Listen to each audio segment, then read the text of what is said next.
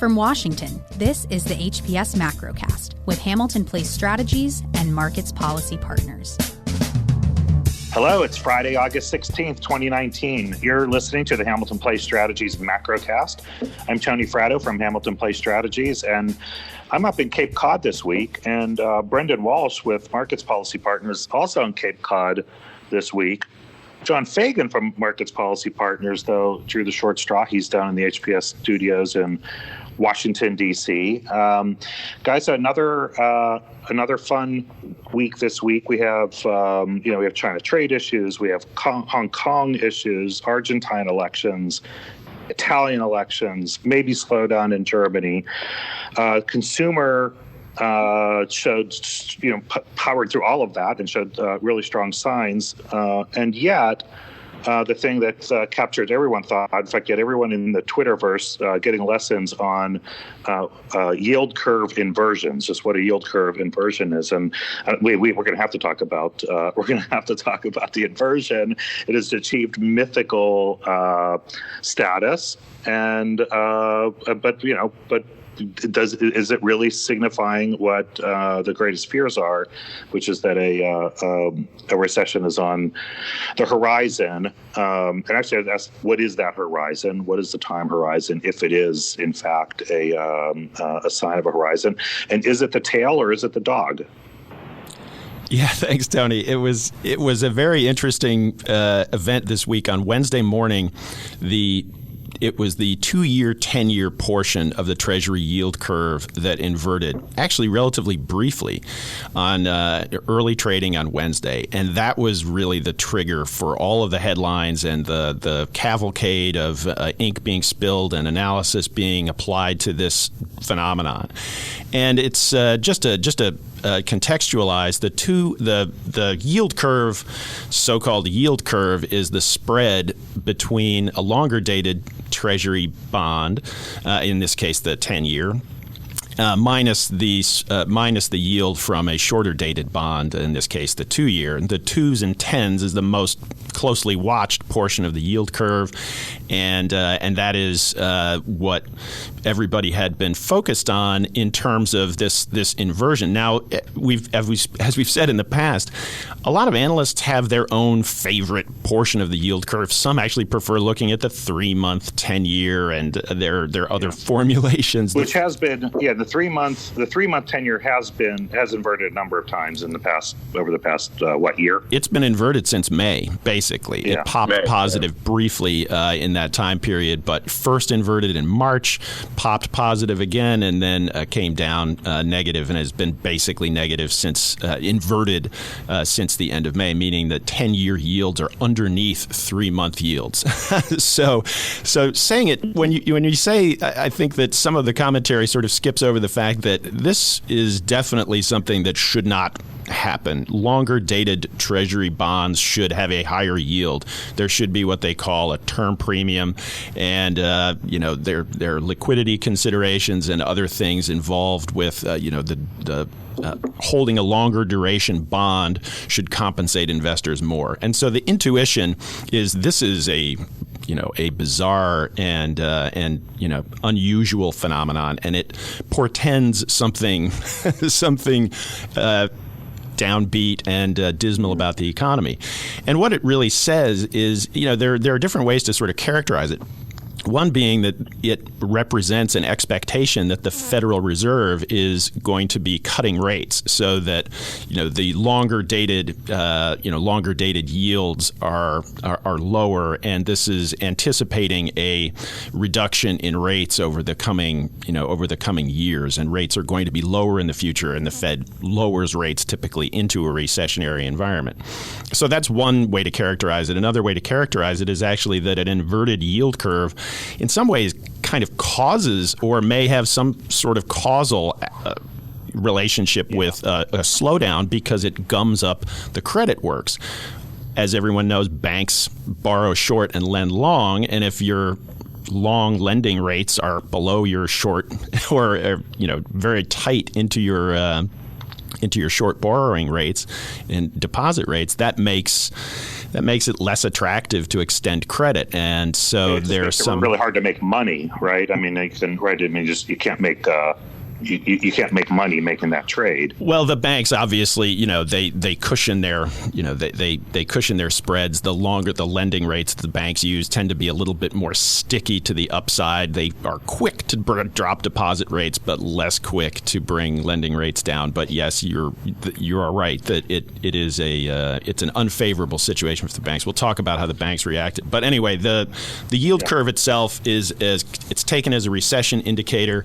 Everybody's seen the commentary this week. It's inverted before every recession since 1955. There was one false positive, I think just one false positive in the 60s, and the last time it inverted was in 2007.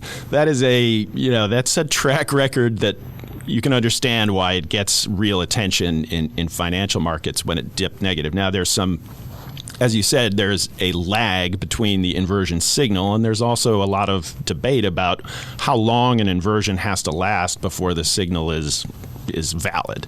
And we saw right now the 2 years, 10 years isn't inverted anymore. It popped, quickly to flat and is now about 4 basis points. But it still had quite a psychological effect on markets, certainly on the day. Certainly getting the actual inversion. An actual inversion is just has a psychological effect, and it sets everyone off talking about recession probabilities. But I mean, is there much of a difference between a super flat,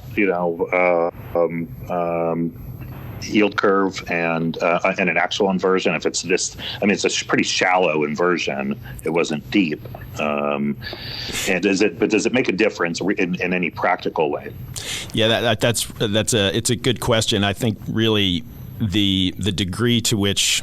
Yeah, there's a lot of discussion about whether this is a good signal, and as you alluded to, whether it really matters if it's 4 basis points positive or negative. It was really it's a psychological aspect, and in some ways, really more than anything else. But certainly from here, if the 2s, 10s yield curve inverts deeper and deeper and persists in inversion, that will be a persistent and nagging kind of psychological headwind potentially for investors who will keep presumably keep them on notice for a slowdown. Also interesting, an exogenous event. So it's confusing enough to decide what it means right now. But now the Treasury going forward is going to have to fund about $1 trillion extra from the past years to fund the government. So it would be interesting to see what effect that has on especially the long end rates. Yeah, I'm glad you raised that, Brendan. In fact, I wanted to ask you about that, about how this time is different. What if we were going to say, so the last 5 times it inverted since 1955, within 2 years, there's we get a recession. There is a not insignificant this time is different camp out there. What are the best arguments for this time is different? The one you just alluded to is the fact that we're running huge fiscal deficits. So in this market where we're seeing, the rates go very low because of, big demand for U.S. Treasuries, we're now going to be putting more supply into that market. And but you're noting that there's a timing difference, right? Because of things like the early solving of the debt ceiling. A lot of that supply is coming in a lot earlier than market participants had anticipated. And certainly there's a question about where that supply is going to come in the curve, and the concentration of supply to the extent that it's in the front end would tend to lift or elevate front end rates higher than it would be all things else equal. But there's a question about there's certainly a question about that. There's also the supply differential along the curve. There's a question about, and Janet Yellen brought this up this week, former Fed Chair Yellen brought it up, alluding to another argument about why the curve may be a little distorted at this point, which is that referencing exceptionally and incredibly low and negative interest rates in the EU and Japan, when you have the Bank of Japan with yield curve control holding their their 10-year yield at zero, and it's actually drifts below zero. And you've got the entire German yield curve out to 30 years yielding negative rates. And a lot of economists and traders as well believe that exerts a gravitational pull, so to speak, on the 10-year yield. And absent this extraordinarily easy and negative rate environment overseas, the 10-year and the 30-year Treasury yield would be and should be higher. And so that's another argument from the distortion camp. There's certainly the discussion about the regulatory environment in which systemically important financial institutions have to hold more safe assets. There's there's a lot more regulatory drive to hold demand for 10-year bonds and out longer duration bonds. Certainly the demographics is another one you hear, that the pension funds are, they're looking at a big demographic bulge and they've got to make some money. And so going out the curve is the way that they pick up the higher yields. And so again, that almost distorted and higher than it would be otherwise demand for longer dated yields is yanking down the end of the curve. Well, I'd be curious, because when we talk about supply, it's your former employer, the Treasury, that decides on where that supply comes from. Yeah. In terms of like the internal discussions at Treasury, how much is it just kind of, okay, we do this much in the 2-year, this much, and how much is it a dynamic decision looking at what currently the market is pricing in and deciding to issue more 30 years or more front ends? Well, you could right. If they were going to market time, you can make a case that they should, dump all of that supply into 30 years, right? Right. Just put it all in the long bond, which just hit record lows this week, and just to just take advantage of super low, very long rates, lowest ever rates. You could make that case, but that's not the way the debt managers at Treasury think about their job, which is to ensure the lowest rates paid by taxpayers over time, and they see the way to achieve that is to maintain deep, rich, liquid markets across the yield curve. So they want to be predictable with their primary dealers and market buyers, the people who make their markets work. It's not like a lot of people don't really understand how the debt management works. They can just go out and say, hey, we got all this paper to sell, and people line up to buy it.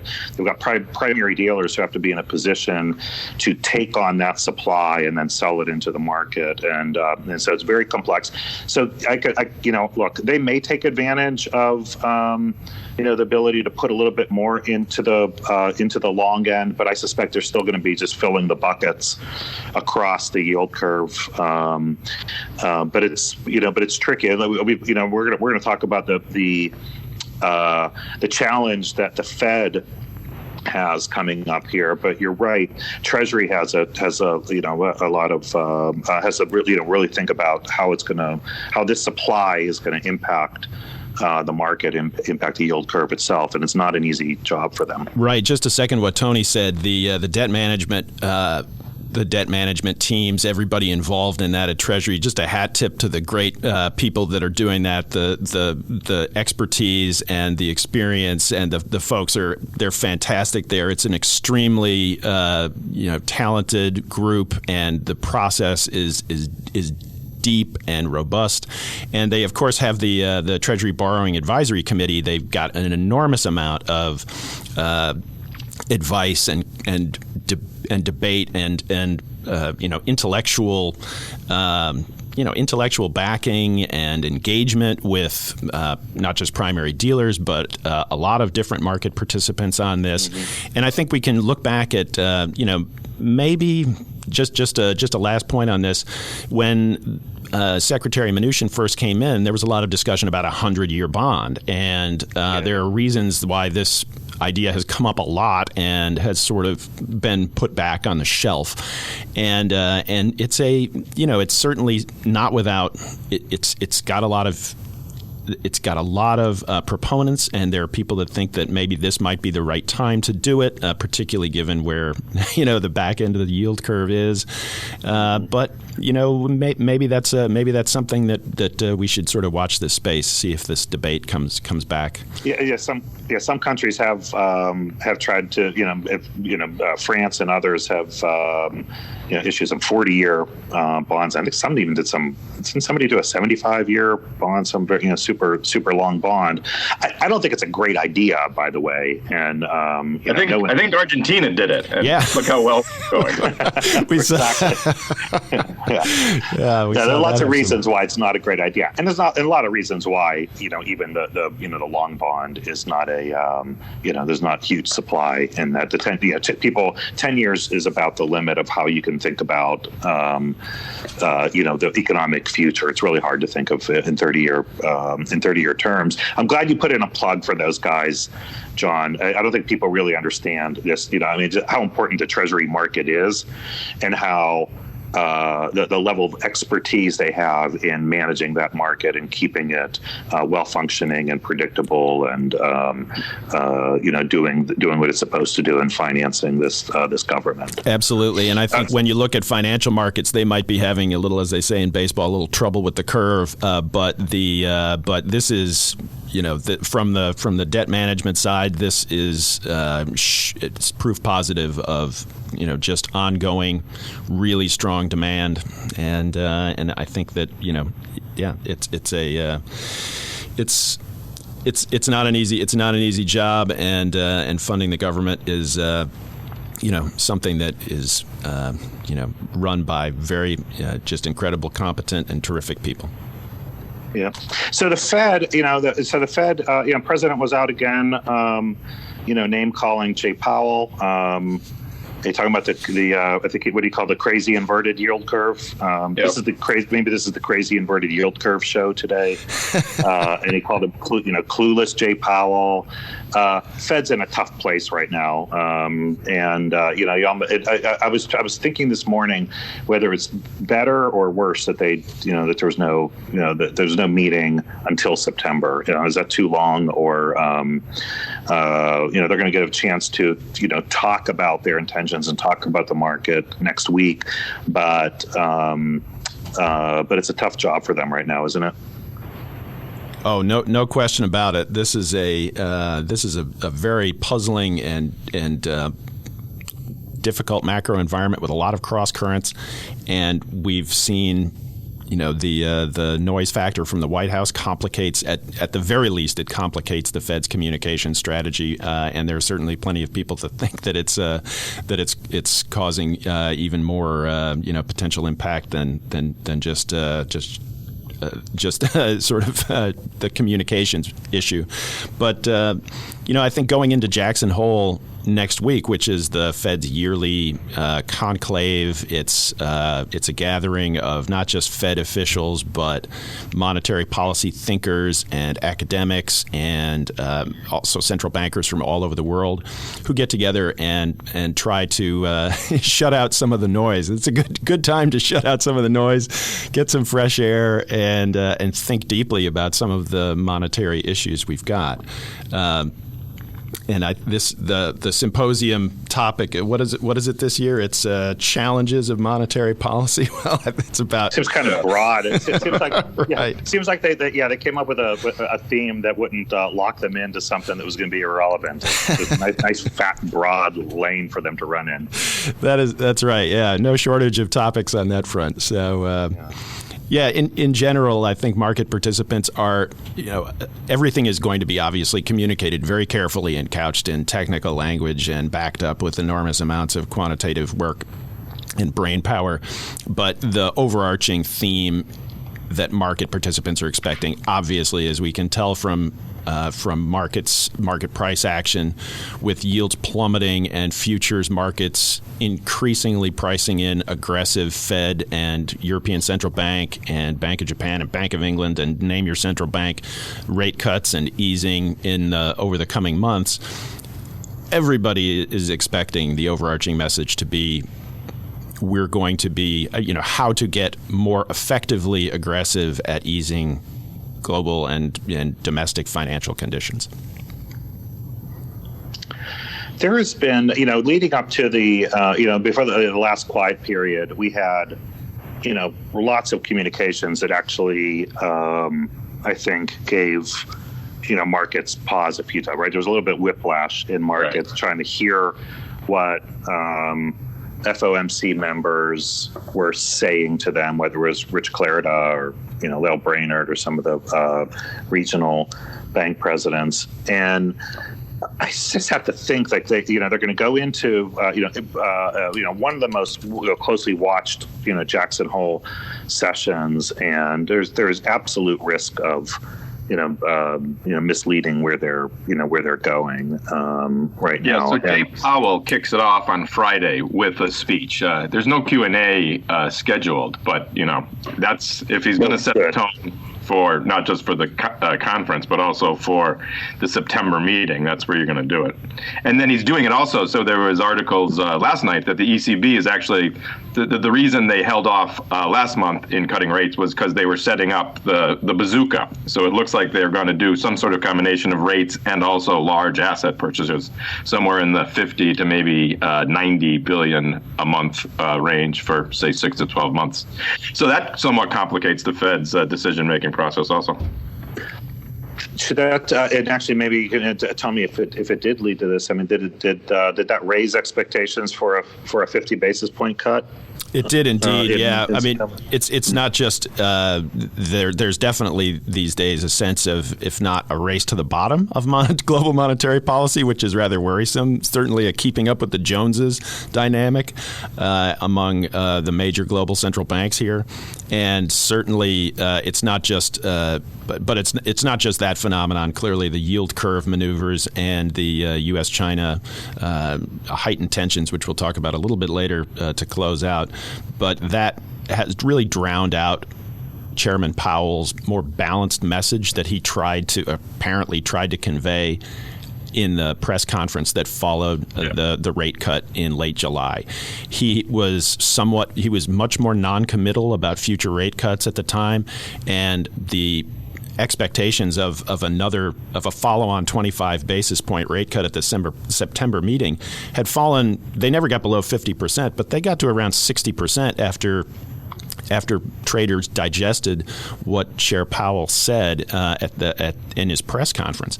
But the very next day, President Trump doubled down and surprised everyone with those 10% tariffs on the remaining $300 billion of Chinese imports, and then it was just the message from the Fed was really drowned out by that and the ensuing events. And so now we've got basically between 40% and sort of, I've seen basically 1 in 3 and 40% kind of odds of a 50 basis point rate cut at the September meeting. And cumulative, including the July rate cut, the cumulative expectations are around 100 basis points, which is a full percentage point of easing by the end of the year. Yeah. And in the last 48 hours, there's been headlines that basically, I think, sum up why it's so hard now to both be a market participant and also a policymaker, where you have all these articles saying that both the Fed and the ECB are going to do, quantitative easing, they're going to cut. But then in the last 24 hours, you've had articles. There was a Washington Post article that say that Trump is starting to get negative feedback on the economy, and he's starting to worry that the China trade tariffs are going to put us in a recession. He's going to lose. So he might be backing off. So you have this scenario where you could have this massive amount of Fed easing, and Trump just out of the blue pulls a 180, cuts a deal with China, and we're off to the races. Yeah, the market is not priced for that. I guess it would be. Yeah, I still have a hard time seeing it actually happening. But yeah, I think you're right. I think that the most important poll was there was a Fox poll where Trump loses to all of the 4 Democrats that are leading the race right now. I think that's in his head, Yeah, and just because you talk about headlines just came across now with University of Michigan. Preliminary August print on consumer sentiment showed not an insignificant fall, kind of fairly steep fall from estimated it had been around 98, estimated 97, came in at 92.1 for August. So and previously gas prices were the best predictor of what the consumer confidence was. In the last 10 years, it's what the Dow does, and also now because the Dow is at 30,000. So if it's down 2%, that's 800 points, which 10 years ago 800 was a big number, and 800 sounds much scarier than necessarily 2% does. But all the nightly news quote the 800. So everyone in the last 2 weeks, came home from work and turned on the nightly news and got an indication that the economy's bad. Well, if the consumer is weakening, certainly it wasn't weakening in July. Boy, the July retail sales numbers that came out, they shot the lights out. Yeah, and a large part of that was it was Amazon Day, which shouldn't be dismissed, but we're not going to keep up at that pace. But it also just shows how much purchasing power there is. If you give the consumer a slight reason to buy something, they're going to buy it.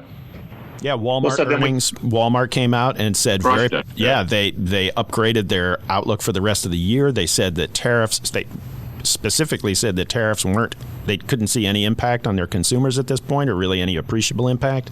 Yeah. It was a very positive second quarter report from the bellwether of all retail bellwethers that are still brick and mortar in the U.S. So we're in this weird situation then, right? I mean, employment is still great, right? Certainly, we're creating more than enough jobs to keep the unemployment rate low and to keep people in the workforce and for wages to rise. So wages increasing. Consumers been very strong. The mixed signals are things like sentiment, like things like I'm going to set the inversion aside for the moment. Just think about consumers and business activity. Business investment still it's not where you want it to be, and it's still but the consumer, the U.S. consumer looks really strong, and employment is great. Inflation isn't a problem, and we're talking about a 50-point basis cut for September. Right. All the weakness in the economy is directly due to the uncertainty around trade, not just with China, but also with Europe. Everything else, as far as I can tell, is doing quite well. Yeah, the manufacturing, the industrial production numbers for July that came out this week, those looked weak. They were disappointing and showed a contraction. But really, so much of the weakness is overseas. We saw some terrible numbers. The numbers out of China. John Deere this morning. Yeah, and the numbers out of China. So everybody was hoping that there would be that China is obviously doing some sort of stimulus. They've been on the brake and the gas for the last, basically the last 10 years. And everybody expects them to have a little bit more credit pumping into the system. The credit extension numbers for July were disappointing. And then came out just the very next day, industrial production, retail sales, and fixed asset investment figures for last month all dramatically undershot estimates. And that came alongside German GDP number that showed second quarter a very small contraction on a quarter-on-quarter basis. Eurozone industrial production was terrible. Japanese machine tool orders. Singapore cut their official growth forecast. Overseas growth looks genuinely awful and getting worse. So the hint of stability we saw kind of in late spring and maybe June seems to have relapsed again to the downside here. And the U.S. is a bastion of strength, but it's not really translating into massive dollar upside because the Fed is keeping up with or at least so far appears to be keeping at least on side with easing with the rest of global central banks. One of those areas of uncertainty is on the trade front. We're still, we were still at war with China on trade. There was some sense of softening. But why don't we take a break right here and come back and talk about China and the rest of the trade front and how we see that coming. We will be back on the Macrocast. Tony Fratto with Hamilton Place Strategies, John Fagan and Brendan Walsh with Markets Policy Partners. The South by Southwest Panel Picker is live this week, and there are some great panels on the list. Check out our favorites on Twitter at HPS Insight and be sure to vote. We're back on the Macrocast. Tony Fratto from Hamilton Place Strategies with John Fagan and Brendan Walsh from Markets Policy Partners. So China, the trade war is with us still. More uncertainty this week. We had, last week, the president announcing tariffs that were going to come in on September 1st on about $300 billion worth of products. Then this week, taking some pressure off by announcing that, well, some of them are going to, some of those tariffs are still going to go in September 1st. Some others going to go in, be delayed December 15th. The messaging was, classically squirrely for this White House, right? Because the president has been saying that the Chinese are paying the tariffs, but he decided to delay some of these tariffs because he didn't want to hurt American consumers at Christmas time, which doesn't make sense if the Chinese were paying the tariffs, but we're trying not to... so all he keeps talking about all this money flowing into the United States from the Chinese, and I don't know why we wouldn't want more money flowing in from the Chinese at Christmas time, like the three kings coming from the east, bringing presents. But we know that's not the case. It does, could have some impact on consumers. But to me, the biggest thing is just this uncertainty. Like the tariffs are on, tariffs are off. Tariffs could come, they could not come. They can come early, they can come later. They can go up, they can go down. We'll see how the call goes next week. We'll see whether the group, the team goes over to China or not. Is that meeting going to happen? Is it not going to happen? What are they going to get out of it? We're dealing with these questions every single week, and I can't even imagine being, I don't know, like a toy manufacturer, right? Like, how many are you ordering? At what price? At what time? Do you go and rush to order them now because you don't know what's going to happen in December? And it must be mind-boggling to be producing in the market, let alone trying to invest in the markets. That is absolutely right, and if it really does point to the difficulties. We heard a lot of during second quarter earnings season. A lot of corporates referenced challenges with the tariff regimes and the uncertainty around it. Caterpillar was one of them, saying that it was impacting their business and raising input prices. So it clearly, businesses are scrambling to adjust. They can't do much of anything else. They have to keep trying to get their supply lines working in this very fluid environment.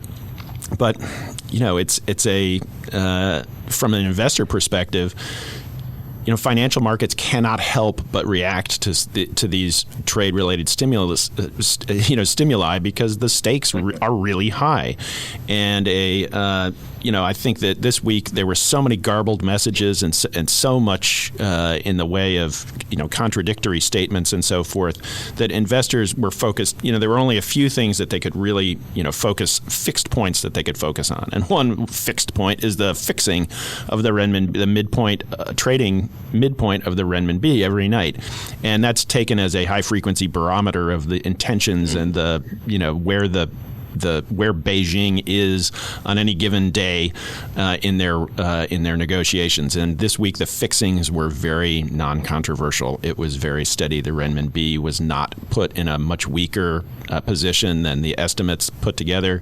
It's still trading weaker than the psychologically important 7 to the dollar line.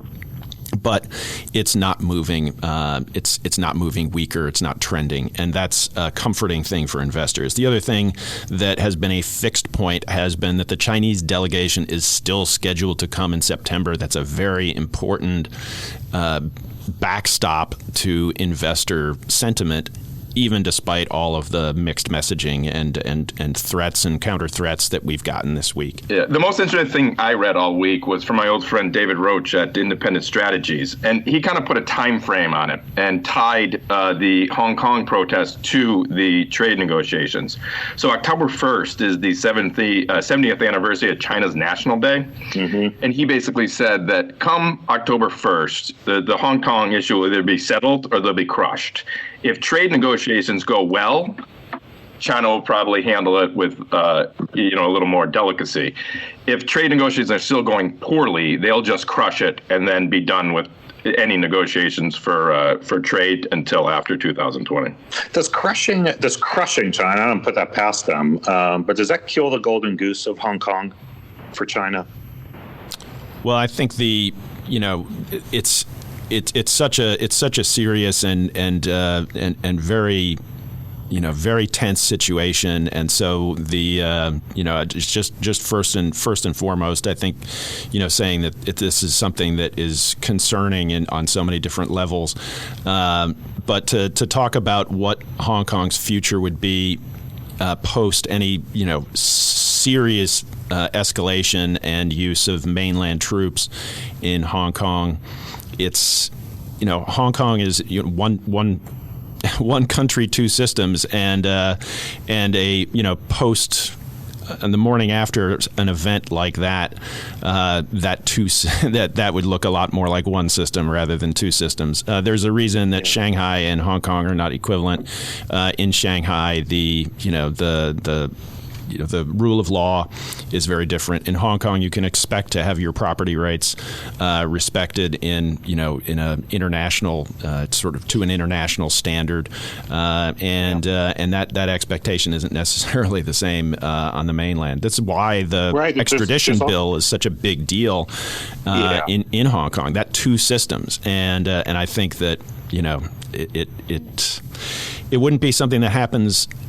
Look at I guess what happened to Tokyo after the 2011 earthquake, which is foreign staff were given the option to move out, and eventually it was a process. They moved incrementally or in groups to Singapore, and it was maybe it would end up being something like that.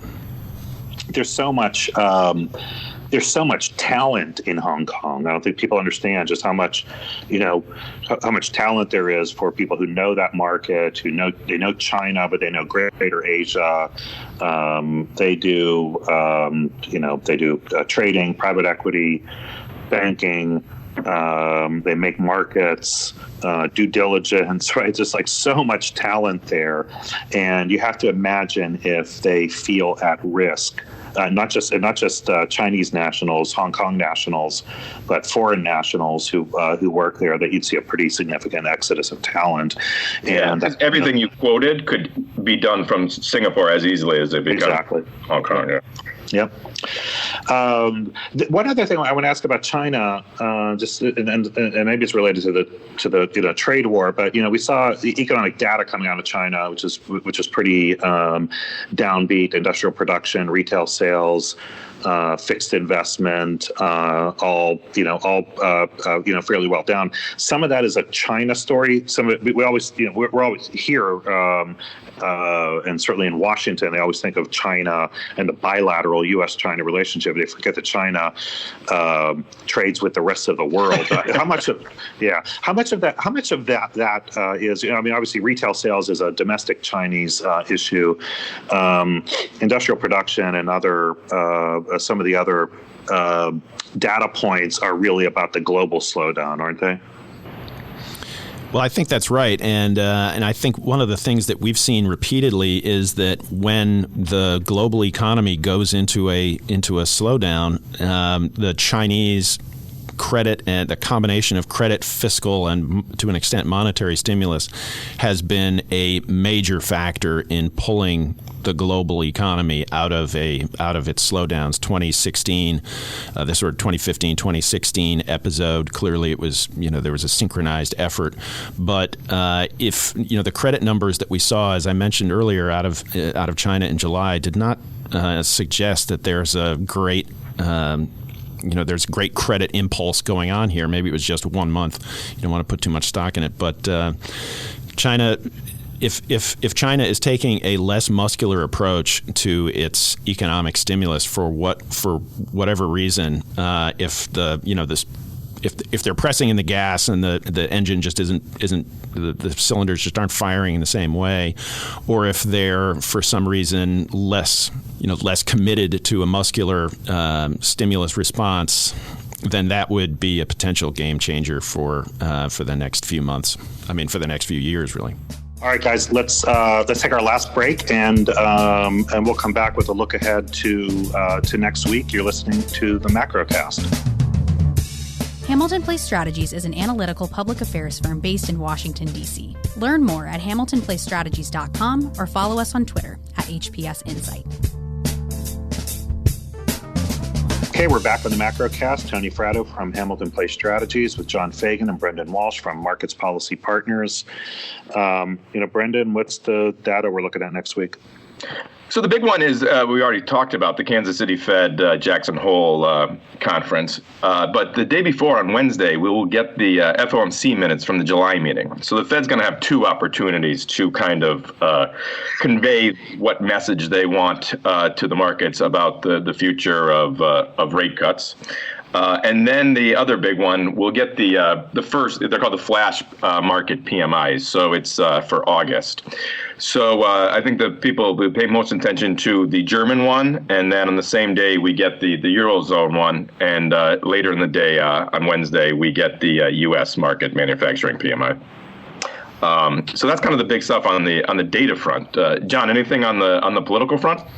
It looks like an Italian no-confidence vote might be looming as early as Tuesday next week. Markets have been pretty steady. Actually, we've seen a rebound in Italian bonds this week as the focus shifted from the potential political risks involved with the general election and the post-general election political landscape there to the muscular ECB easing that might be coming through.